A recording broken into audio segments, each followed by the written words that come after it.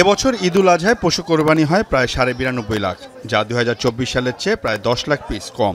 সে অনুযায়ী এবছর কোরবানি থেকে কাঁচা চামড়া সংগ্রহের সংখ্যাও কম। এছাড়াও সঠিকভাবে কাঁচা চামড়া সংরক্ষণ না করার ফলেও অনেক চামড়া নষ্ট হয়। সকালে এক কর্মশালায় দেশের চামড়া শিল্প নিয়ে গবেষণার তথ্য তুলে ধরে Centre for Policy Dialogue CPD.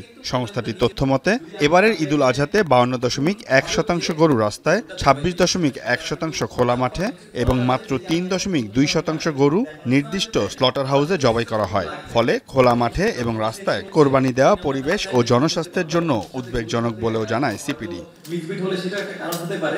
এবছর ভালো মানের চামড়া ঢাকা ট্যানারিতে গড় মূল্য ছিল প্রতি বর্গফুট ৩৯ টাকা, আর খারাপ কাটা ও দাগযুক্ত চামড়ার গড় মূল্য ছিল ২৭ টাকা। তবে সরকারের দেয়া তথ্যের সাথে সিপিডির তথ্যের অমিল রয়েছে বলে জানান সিপিডির গবেষণা পরিচালক ডক্টর খন্দকার গোলাম মোয়াজ্জেম।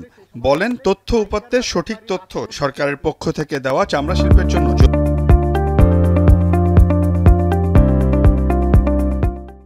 বিভিন্ন মন্ত্রণালয় বিভাগের যে প্রতিষ্ঠানগুলো সারা দেশে ছড়িয়েছে তাদেরকে ব্যবহার করে এই তথ্য উপাত্তের সঠিকতাটি আনা জরুরি।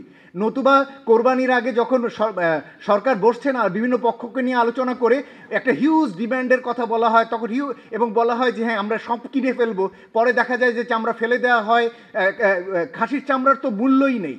এদিকে ট্যানারি কমপ্লায়েন্সের জন্য অন্তর্বর্তী সরকারের পক্ষ থেকে সুনির্দিষ্ট কমিটি করে দেওয়ার আহ্বান জানায় কর্মশালার আয়োজক বাংলাদেশ ট্যানার্স অ্যাসোসিয়েশন।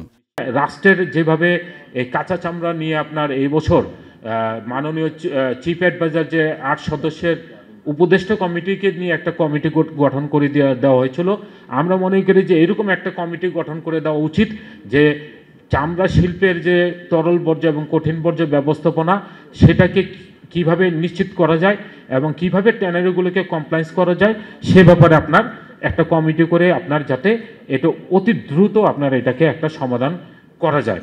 এবছর সরকারের পক্ষ থেকে কাঁচা চামড়া সংগ্রহে বিনামূল্যে লবণ বিতরণ করা হয়, তবে শতভাগ কোরবানি দাতাই চামড়ায় লবণ ব্যবহার করেনি। ফলে আগামী বছর থেকে ঈদুল আজহাতে ট্যানারি ব্যবসায়ীদের বিনামূল্যে লবণ না দিয়ে প্রণোদনা দেয়া হবে বলে জানান বাণিজ্য সচিব।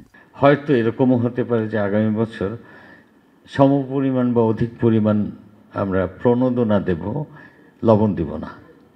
কারণ হলো লবণটাও বিক্রি করে দিল, চামড়াটাও বিক্রি করে দিল। তার চেয়ে উনি নিজে লবণ কিনে দিয়ে যদি নিয়ে আসেন, সেই চামড়াটায় যদি আমরা প্রণোদনা দিতে পারি তাহলে সেটা মোর এফেক্টিভ হবে। এদিকে প্রতিটি ট্যানারিতে স্বতন্ত্র ইটিপি করারও আহ্বান জানান তিনি। সিউল আহমেদ, এখন, ঢাকা।